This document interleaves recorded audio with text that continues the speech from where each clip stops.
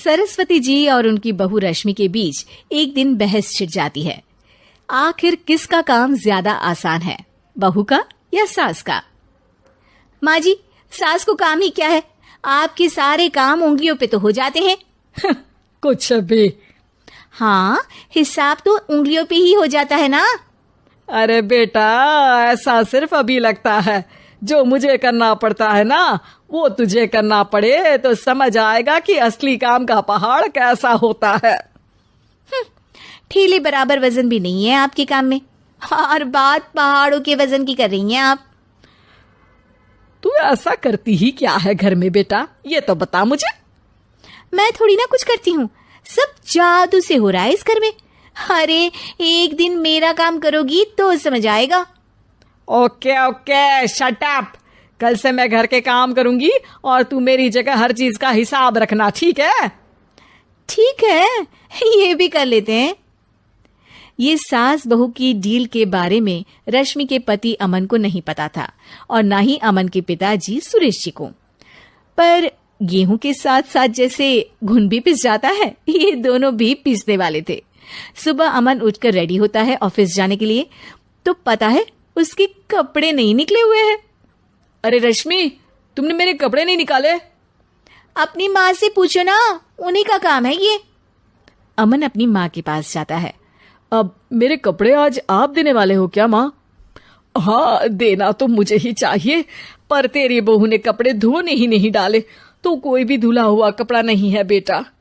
हैं? ऐसा क्यों? कपड़े तो धोने आप ही देते हो ना माँ? अरे बहू ने तुझे बताया नहीं, अब हम अदल बदल गए हैं, मैं अब बहू और तेरी बीवी सास। अमन परेशान हो गया। वो बिना इस्त्री के कपड़े पहनकर ऑफिस चला गया। सरस्वती जी अपने घुटने के दर्द के कारण झुककर घर साफ नहीं कर पा रही थी और ना ही खाना बनाना याद रख पाई। उधर रश्मि पहले ही दिन घर की चाबी घुमा चुकी थी और 300 रुपए का हिसाब अलग नहीं मिल रहा था। पर दोनों का ही घमंड कैलाश पर्वत से भी बड़ा था और दोनों ही खेमे एक दूसरे की बात मानने को बिल्कुल तैयार नहीं थे। शाम को जब सुरेश जी और अमन खाना खाने बैठते हैं तो सरस्वती जी उनके सामने गाजर और पपीते लाकर रख देती हैं। अरे माँ, ये क्या है? ख्याली पुलाव के साथ सलाद। माँ जी खाना बनाना भूल गई लगता है। अरे एक एक चमन्नी का हिसाब है मेरे पास, खाना बनाना कैसे भूल जाऊंगी? ये तो मैंने पढ़ा था कि फल फ्रूट खाने से सेहत अच्छी रहती है, इसीलिए ये ले, एक फल खा ले। रात को सुरेश जी और अमन अपनी मीटिंग बिठाते हैं अकेले में। बाबूजी, इनकी लड़ाई के कारण ना हमें ठीक से खाना मिल रहा है, उल्टा घर के सारे काम रुक गए हैं। हाँ बेटा, 2 भैंसों की लड़ाई में बेचारे खेत के पौधों का भी नुकसान हो रहा है। पर पापा, क्या बताऊं आपको, मैंने माँ को इस महीने की 2 तारीख को बिजली के बिल के पैसे दिए थे। आज बिल भरने के लिए मांगने गया तो पता चला कि रश्मि उन पैसों से गैस सिलेंडर ले आई। अच्छा, तो सिलेंडर के पैसों का क्या हुआ? सिलेंडर के तो कोई पैसे नहीं थे बाबूजी, हमारे घर पर गैस की पाइपलाइन लगी है ना। बेटा, इन दोनों का कुछ करना पड़ेगा, नहीं तो अपने घमंड के चक्कर में पूरा घर बर्बाद कर डालेंगे ये दोनों। अमन और सुरेश जी काफी सोच विचार के बाद एक निष्कर्ष पर पहुंचते हैं।